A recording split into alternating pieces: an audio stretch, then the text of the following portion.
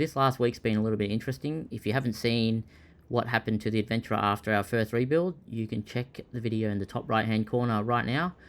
Long story short, didn't last very long, lost oil pressure, and we're not too sure exactly what happened. The plan now is to investigate the motor, but we actually end up picking up another one that we decided to rebuild because we suspect that there was probably rust in the bores and it was pretty much a fatal death from the start. I'm trying to speed this job up, but I just wanted to show you guys. This is an engine that's only done 190,000 Ks, and look at the amount of oil that's on the front. And you'll find, I think, at the back as well, the engine sits, the transmission sits about there, so that's why it's all clean up here, but all down there is wet. Like, this is all oily and wet. And the reason why this engine came about is the car actually was smashed in an accident or something like that.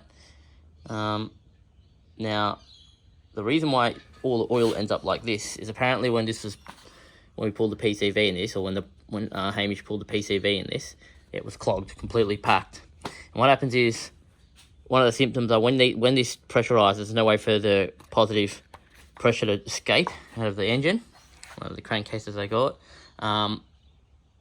It has to find somewhere else. So it'll find like seals that are worn and try and push out there.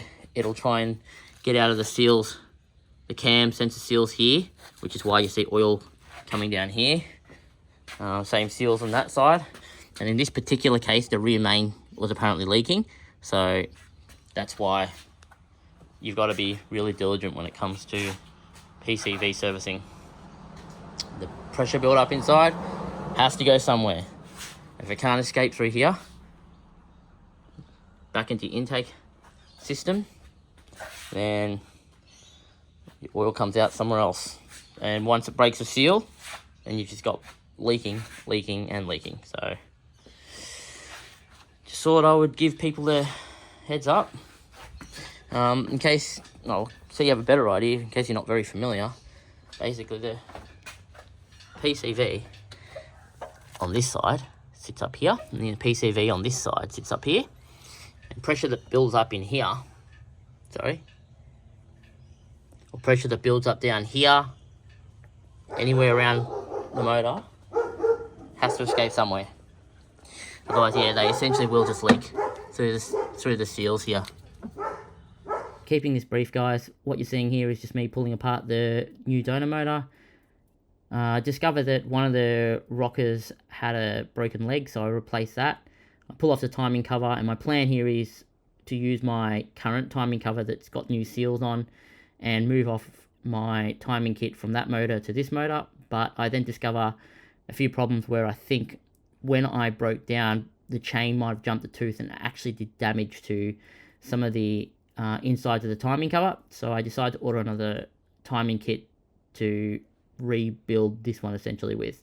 It's pretty complicated. It's the reason why I did this. We found some marks on the chains.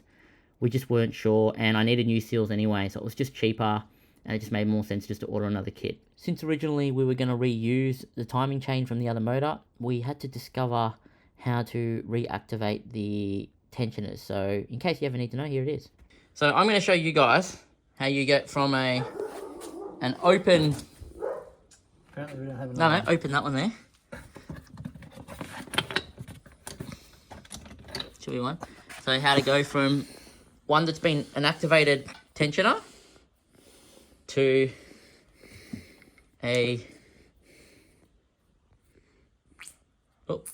oil pressure's built up in there, to a tensioner that's unactivated, ready to be dislodged. You can now put a pin in there, push that down, put a pin in. Now this information was actually quite difficult to come by. We were trying to compress it manually using our hand, but we found out through some sources actually from an American forum that use the same tensioner style in their Cadillac Alloytecs. And you just use the plus. No, it's a plus one you use. The plus one locks better. Oh, there's a plus. Yeah, it locks and then you can twist and push. Oh, yeah, I see. And you step it down, turn, let go till it's at the stopping point, and that's your tensioner done. You literally now stick that back in, All right, you'll have a little compression because there'll be oil in there, which is a good sign because oil pressure is what causes these to pressure out. Basically, you have the gallery that pops in underneath. When oil pressure is up, it forces these tensioners out. It keeps the chain nice and tight. You can either leave it like that right now and chuck it in as it is. You don't need the pin.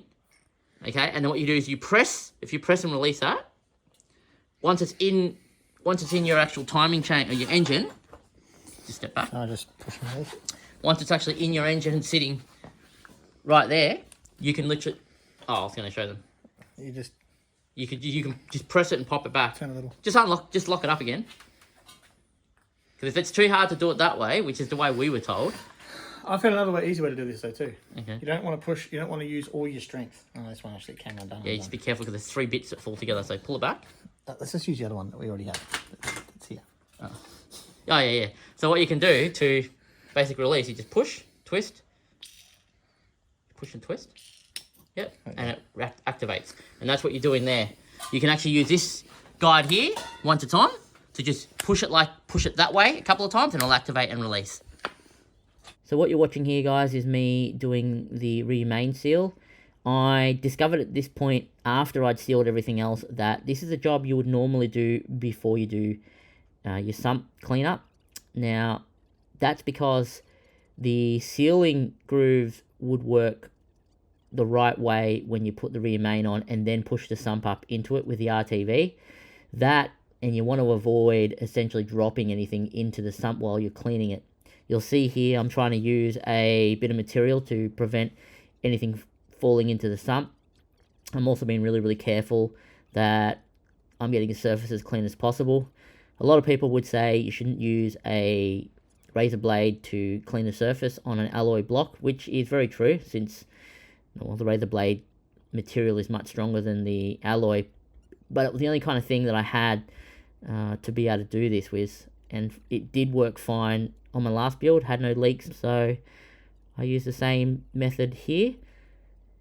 I'm pretty careful to make sure that it's as clean as possible. Probably a little bit too pedantic. You guys probably get away with a little bit less cleaning than I did if you had to do this. This just shows also you can do this from the transmission side underneath your car if you didn't want to pull your engine out. In the Adventras, we have no choice but to pull the engine out, but in the 2-wheel drive Commodores with the Alloytec, you'd get away with dropping your sump, leaving your engine in. We just can't do that since our front axle or diff runs basically through the center of the sump.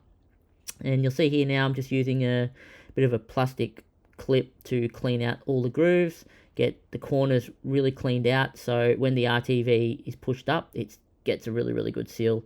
Super important. I watch a couple of videos on YouTube where they're basically saying your rear main biggest leak is always at the edges and the corners, so that's why I kind of just triple check that. Then after this, I pretty much put on the rear main, the flex plate, and torque everything up. It was a little bit difficult because it was kind of on the engine lifter, so I could get access to the back of it, but we managed. One of the issues with doing the rear main after the sump's in, you'll see the RTV at the bottom that's running along the sump. I predicted majority of that will push in towards the motor when I push the rear main on, so I only put a very little bit. It was kind of really lucky that when I actually applied it here and put the screws down, the RTV actually leaked out the bottom towards me, which gave me confidence that it actually was building a seal. One of my worries when I discovered that doing it this way was probably not the best way, but we can hope that this will be fine.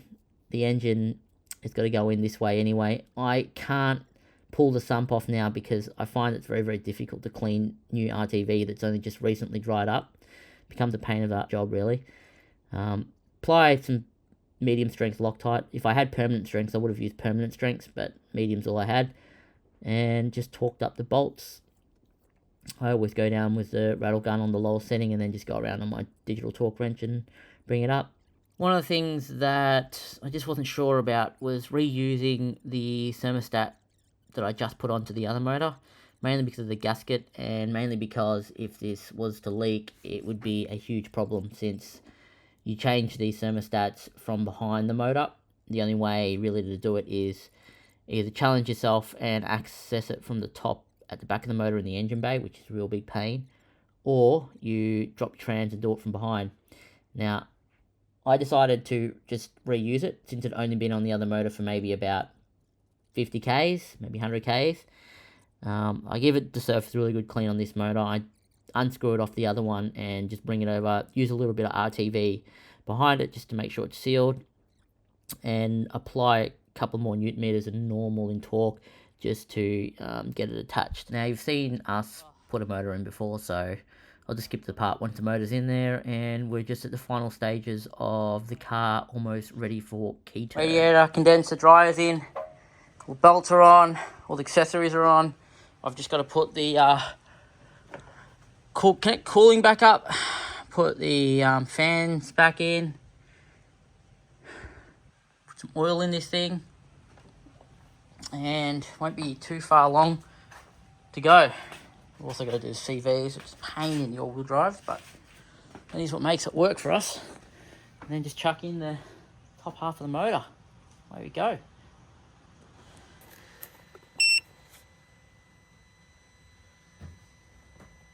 Alright, starting? Yep.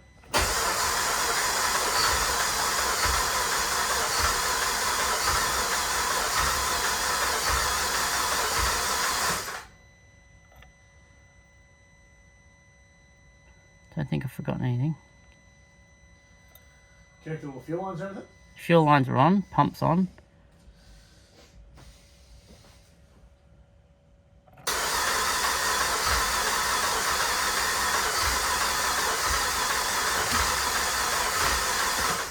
Should I prime it? Maybe. Now let me check for engine codes just in case. No, nothing there.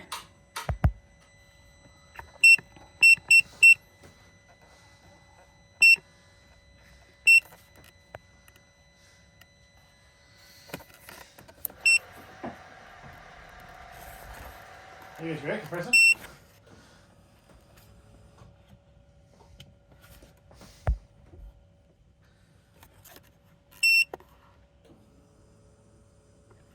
It's...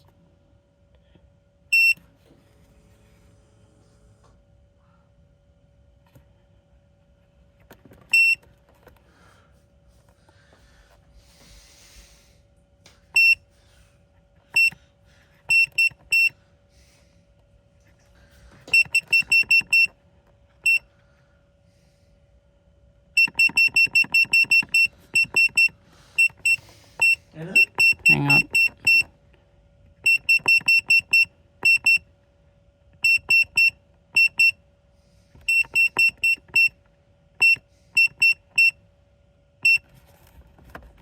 Okay. Try again.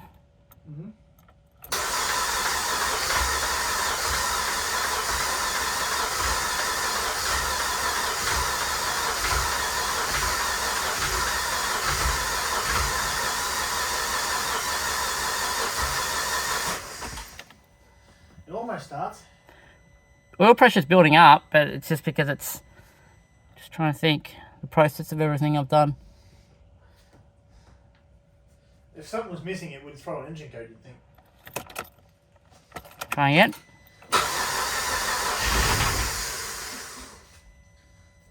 There we go.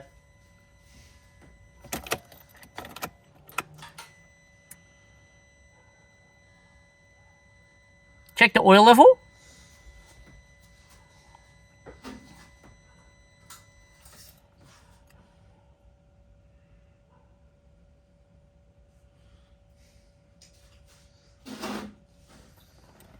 High, maybe? Yeah, that's fine. Alright. Hang on. Just saying oil level low, but I think that means low pressure. I don't actually think that means oil is low.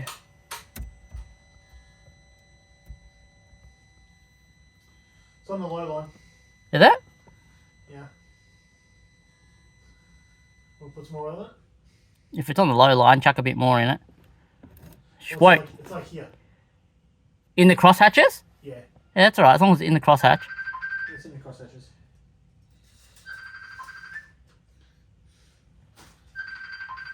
Go.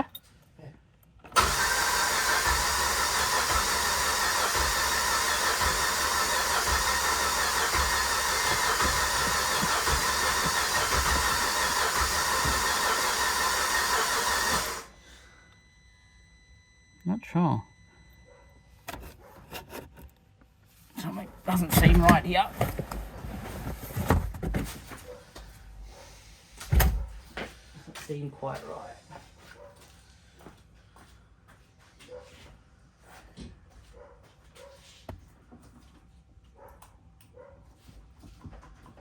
Something's not connected properly. Checking the fuel lines are in properly. Injector firing is all correct.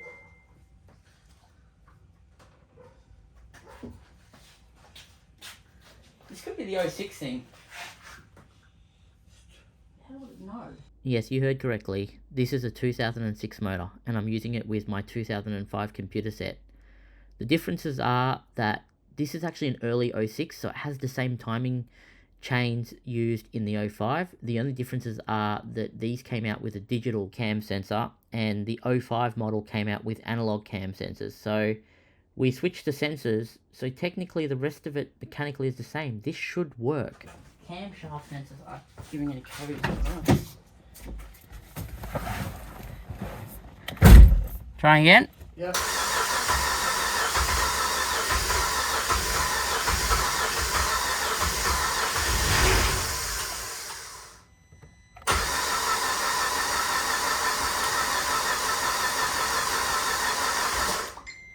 Nothing happens if you give it any reps? I can.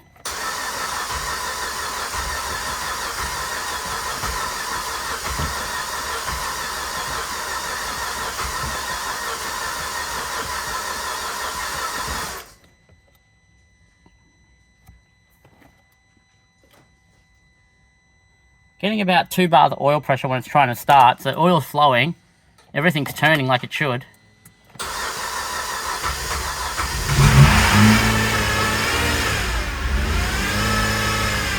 Oil pressure's at 5 bars. Huh? Oil pressure's at 5 bars, it's good. Power steering?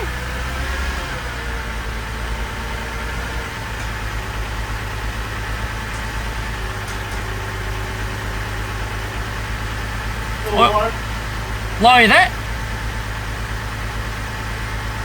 That cold in. Yeah, oil pressure's at a good 4.5 bars at the moment.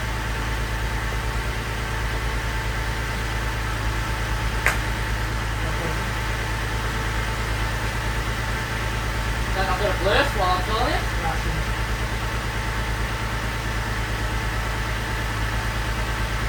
Just check exactly power steering, not like filling with like top 4 or something. You got the heater on? I will in a sec. I'll do my lovely hair. Not gonna lie, I was a little bit worried there for a second. That it wouldn't start? That it wouldn't start. Put the cat back in, put the heater on. Heater's on. Reporting oil level low, but we got good oil pressure.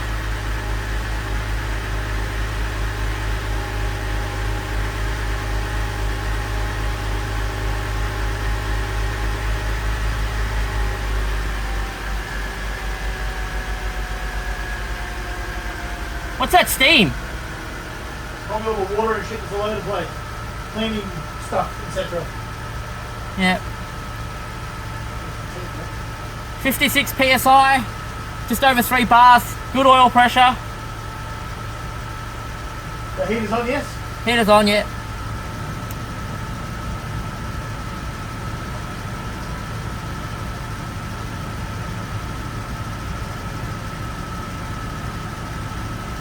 Okay. That's running freight.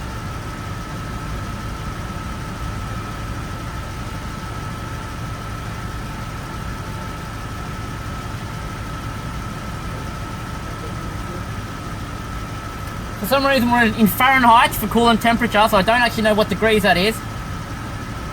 Don't know my conversions.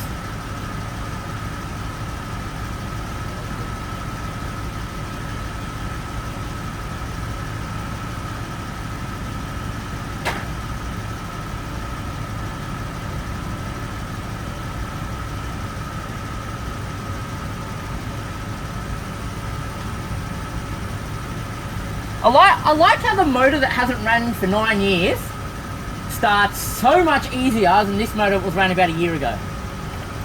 So what we'll do, just turn it off for a second. See if it restarts. And we'll just top the oil up because it's saying, I reckon it might be a little low. Reading a low reading for oil, but I don't know what that sensor actually means.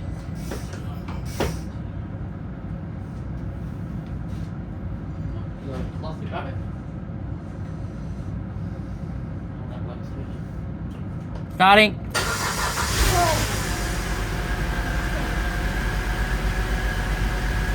Weird, oil level just reports low again. I don't know if that's a valid reading. I think that's like a...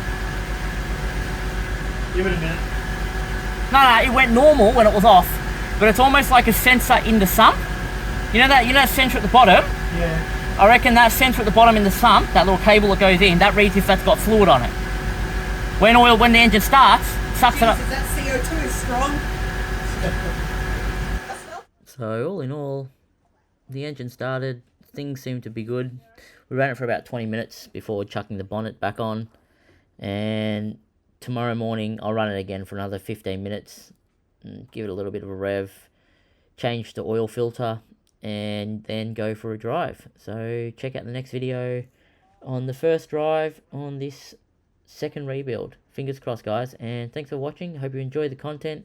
Don't forget to hit the like button and consider subscribing if you're interested in this type of stuff. We do kind of like 20% engine stuff and 80% adventure and off-road in these wagons. Take it easy. Are you going to turn this off? Nah, let it running all right. What? It's not turned off. That hurt? Yeah, it did.